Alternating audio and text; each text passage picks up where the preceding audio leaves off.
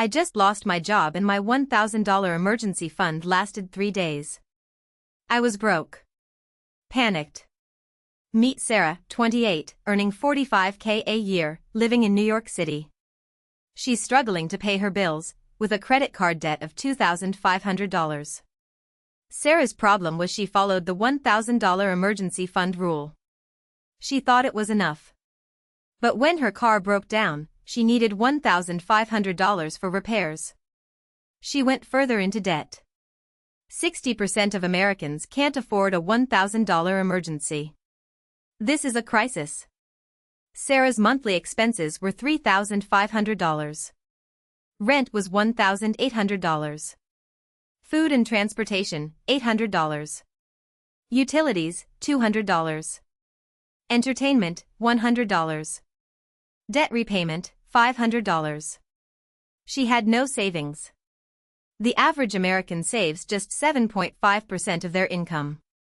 No wonder Sarah was in trouble. One day, Sarah discovered a shocking truth.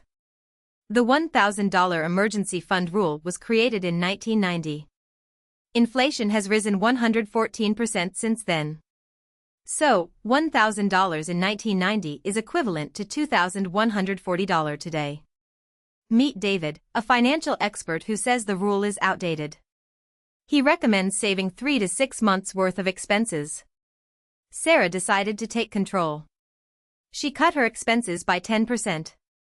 She started selling items she no longer needed. She earned an extra $500 per month. She put it all into her emergency fund. The result was staggering. In 6 months, she had saved $9,000.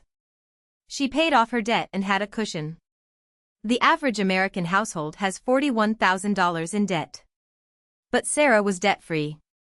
She had a safety net. She could finally breathe. Now it's your turn. Take the first step towards financial freedom. Subscribe to our channel for more life-changing stories. You'll learn how to create wealth and secure your future. Don't let debt hold you back. Start building your emergency fund today. The truth is, you need more than $1,000. You need a plan. And we'll show you how. In our next video, we'll reveal the top 5 emergency fund mistakes. You won't want to miss it. So, hit that subscribe button now.